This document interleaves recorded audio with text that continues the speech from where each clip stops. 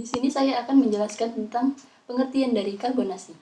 Karbon merupakan unsur yang berlimpah jumlahnya di alam. Unsur ini banyak ditemukan pada kayu, limbah pertanian, maupun limbah perkebunan.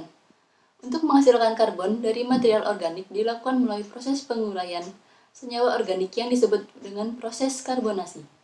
Karbonasi merupakan metode pemanfaatan berupa biomasa padat seperti limbah kayu, bambu, atau limbah pertanian dalam proses pembakaran untuk mendapatkan produk utama yaitu arang.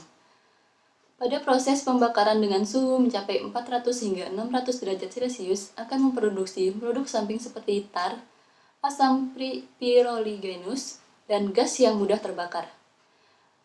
Lalu faktor-faktor yang mempengaruhi karbonasi adalah kadar air, ketebalan bahan baku, kekerasan bahan baku, udara sekeliling dapur pembakaran atau furnace, dan waktu pemanasan.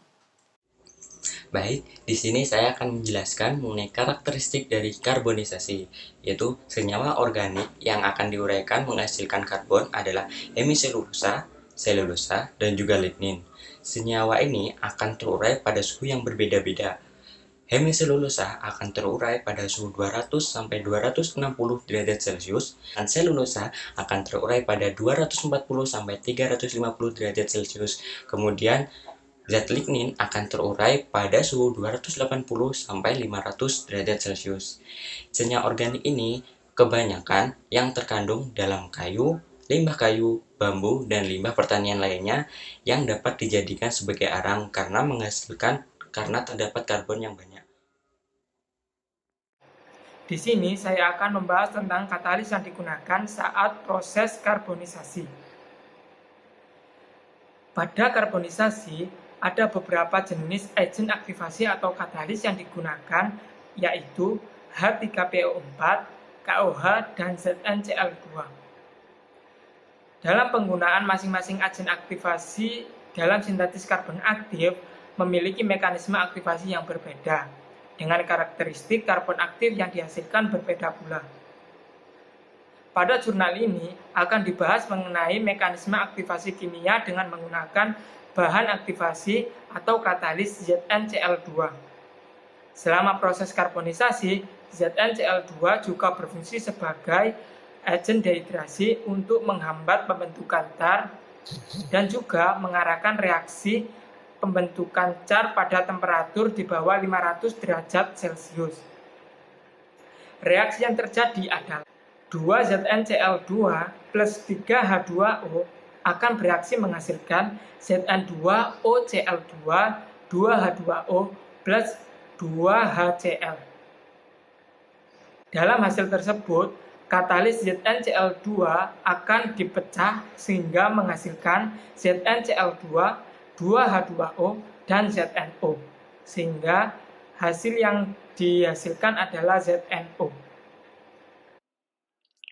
Material akan dikarbonasi sehingga menjadi arang dan dapat diaktifasi karbon melalui dua proses, yaitu yang pertama proses pengontrolan glasifikasi atau menggunakan proses aktivasi. Maka karbon akan menjadi karbon aktif.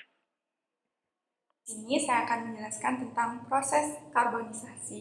Nah, proses karbonisasi merupakan suatu pemanasan dengan suhu relatif tinggi dan dengan kadar oksigen yang dibatasi untuk menghasilkan suatu arang atau karbon. Nah, proses karbonisasi menyebabkan dekomposisi termal pada arang sejalan dengan destilasinya.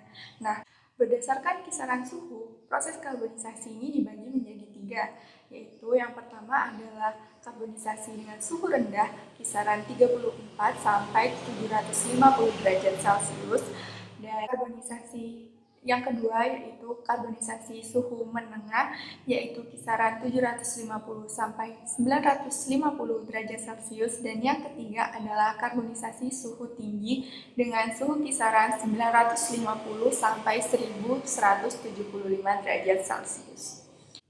Karbonisasi biasanya digunakan untuk pembakaran dari bahan-bahan organik seperti kayu, tempurung kelapa, ampas tebu, dan juga sekam padi. Karbonisasi pada bahan organik bertujuan untuk menghilangkan pori-pori dari bahan agar tidak menghambat proses untuk selanjutnya. Nah, pada suhu 350-440 derajat, arang akan kaku, dan mendekati suhu 500 derajat, arang akan terurai membentuk uap dan juga gas. Bila dinaikkan hingga 1000 derajat Celcius, maka arang akan terdekomposisi menjadi abu. Dan untuk penjelasan lebih jelas tentang mekanisme proses karbonisasi akan ditayangkan melalui video berikut ini. Biomass storage and drying.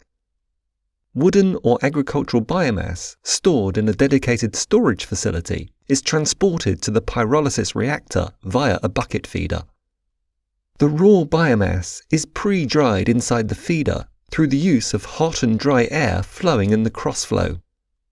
Biomass pre-drying has a positive impact on the reduction of the moisture content inside the process material by a few %, and additionally increases the pace of the processes occurring in the following stages. Biochar production.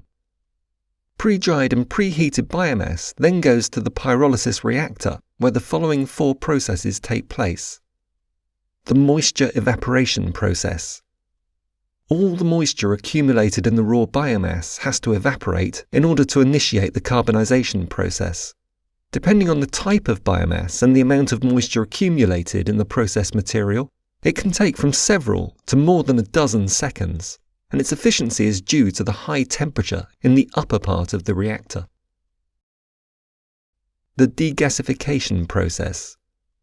In the next stage, the biomass is degasified in the temperature range of 370 to 400 degrees centigrade, within which range the removal of volatile particles is most efficient.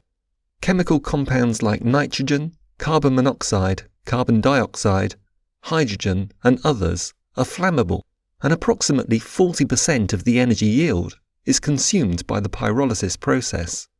After mixing with the humid air from the preceding process, the remainder of those gases can be used for energy. The carbonization process. Dried and degasified biomass is treated with high temperature. This process results in the quick concentration of elemental carbon and the disappearance of the fibrous structure, improving its grindability.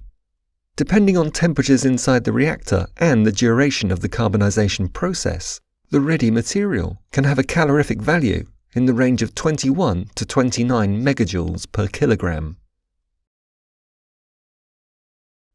The cooling process. The ready material is cooled to ambient temperature with the use of the cross-flow water cooler.